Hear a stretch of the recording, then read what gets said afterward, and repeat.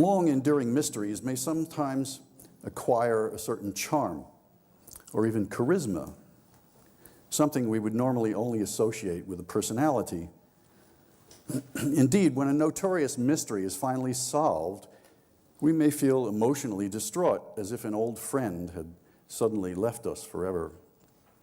In our hearts, we love our mysteries, and often we really do not want them solved, especially if that solution turns out to be something that might well have been discovered long ago. The messenger who brings news of a mystery's demise may therefore not be believed.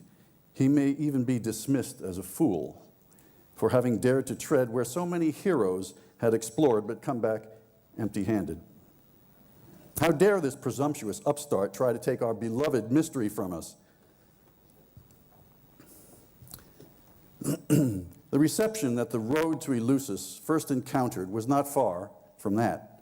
The book and its authors were misinterpreted, misquoted, misreviewed, and mistook as mere pretenders to expertise on the age-old question that so many famous names had tried and failed to answer, and not to mention, ignored.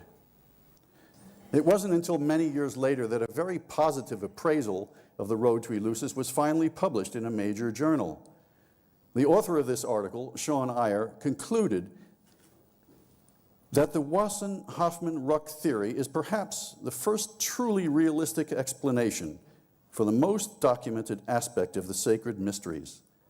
Their profound, beneficial, and lasting effects upon the millions of initiates who, at one time or another, stood enraptured on the steps of the torch-lit telesterion. A careful reading of this essay, however, revealed that the mystery of Eleusis was still not totally solved, at least not in its chemical and pharmacological dimensions. And perhaps in response to the article of Sean Iyer, Ivan Valenchik, the following year, published a criticism of the Eleusis theory that centered on that very topic, the chemical and pharmacological nature of the Kykeon, the secret sacramental drink of the greater mysteries of Eleusis. After a detailed and convincing critique, Valenchik concluded that he agreed with Robert Graves and Terence McKenna that psilocybe mushrooms, and not ergot, might have been the psychoactive secret of the Kykeon. Having been a devotee of the Wasson-Hofmann-Ruck theory since I first read The Road to Eleusis in 1980, Valenchik's criticism seemed to need some rebuttal. And to that effect, I wrote a paper for my website, The Psychedelic Library. You will immediately notice, of course, that I chose to decorate the homepage of the library with an illustration of ergot, whose scientific name is Claviceps purpurea. This, of course, is the parasitic fungus that the Wasson-Hofmann-Ruck theory proposes as the secret ingredient of the Kykeon. The paper that I wrote, The Secret of the Kykeon, attempted to show that, despite some problems, the ergot fungus should still be considered as the first choice for the Kykeon's psychoactive ingredient. The Kykeon recipe we propose in the Eleusis paper suggests precisely this. Finely ground ergot would be digested for a time in a mixture of wood ash and water, probably at elevated temperature. Wood ash, of course, contains potassium carbonate, and stirred in water can easily produce a solution of at least pH 9 or 10.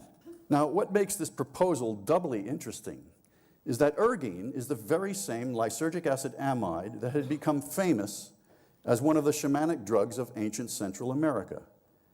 Ergine, the simplest lysergic acid amide, was the principal alkaloid of the seed of either of two morning glory vines called Ololiuqui by the Aztecs of ancient Mexico. According to our proposals, therefore, the shamans of Mesoamerica and the priests of ancient Greece had discovered the very same psychedelic agent, albeit in two extremely different plants, one a flowering vine, the other a primitive parasitic fungus.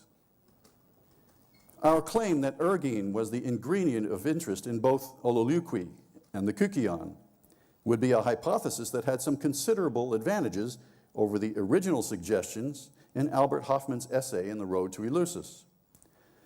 Dr. Hofmann had proposed that it might have been another simple lysergic acid amide, ergonovine that the Eleusis priests had learned how to obtain from ergot using a simple water extraction. According to this proposal, they might have thus eliminated the toxic ergopeptines such as ergotamine. And the presence of these toxic ergopeptines was one of the most important objections to the idea that ergot could have been the Kykeon's secret ingredient.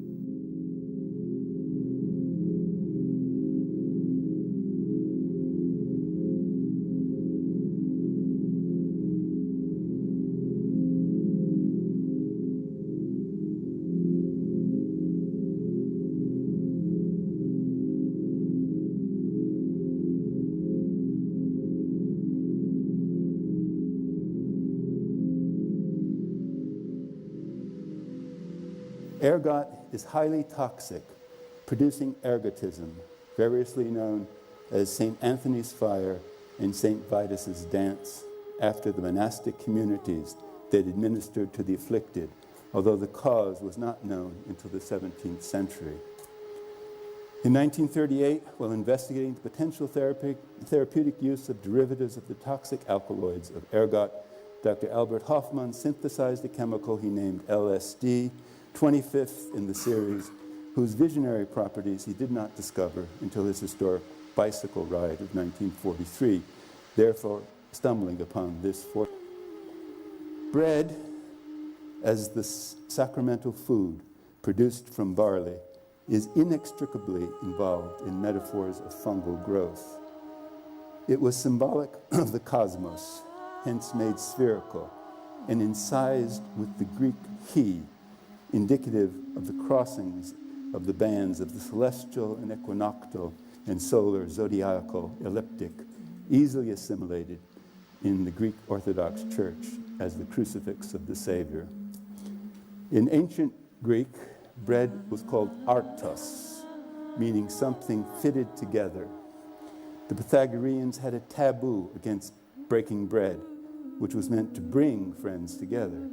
For, as they said, some believe that the whole universe had its origin from it.